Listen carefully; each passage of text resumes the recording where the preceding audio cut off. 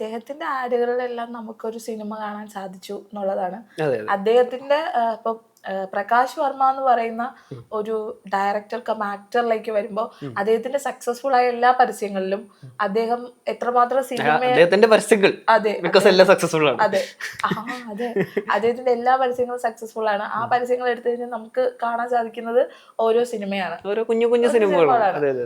അതുപോലെ തന്നെയാണ് അത് വളരെയധികം ഇമോഷൻസ് ആണ് അതിൽ കൺവേ ചെയ്യുന്നത്. ഇപ്പൊ ഹച്ച് എന്ന് പറയുന്ന ആ ഒരു ഡോഗിനെ ചൂസ് ചെയ്യാൻ ആ ഹച്ചിന് എന്തൊക്കെ പ്രത്യേകത, ഓരോരോ ഇമോഷൻസും നമുക്ക് അതിന്റെ ഫേസിലും അതിന്റെ ഇതിൽ നിന്ന് നമുക്ക് ഒരു മനുഷ്യൻ ചെയ്യുന്ന പോലെ തന്നെ അതിന് കിട്ടും. അത് ആ സെലക്ട് ചെയ്തത് അത് ആർക്കും അറിയില്ലായിരുന്നു ഒരു ഡോഗ് ബ്രീഡായിരുന്നു.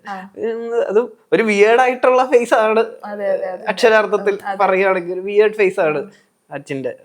അതിൽ നിന്ന് ആ ക്യൂട്ട്നെസ് ആ വിയേർഡിൽ നിന്ന് കൊണ്ടുവരിക എന്ന് പറയുന്ന സാധനമാണ്. ഇപ്പൊ നമ്മളുടെ ഉള്ളില് ഹച്ചിലെ ഡോഗ് അല്ലെങ്കിൽ പഗ് എന്ന് പറയുന്ന ഡോഗ് ഏറ്റവും ക്യൂട്ടായിട്ടുള്ള ഒരു ഡോഗാണ്. നമുക്ക് കാരണം അങ്ങനെ പറയേണ്ട വരും. അതെ അതെ, നമുക്ക് പെട്ടെന്ന് ആദ്യമായിട്ടൊരു പഗ്ഗിനെ കാണുമ്പോ നമുക്ക് ആ ഒരു ക്യൂട്ട്നെസ് ചിലപ്പോ കിട്ടിയെന്ന് വരില്ല. പക്ഷെ ആഡ് കണ്ടിട്ട് കാണുമ്പോ എല്ലാവർക്കും അങ്ങനെ അറിയുള്ളൂ. ആ പരസ്യത്തിലൂടെ ആ ഡോഗും കൂടെ ഫേമസ് ആയി എന്നുള്ളതാണ്. അതെ അതെ.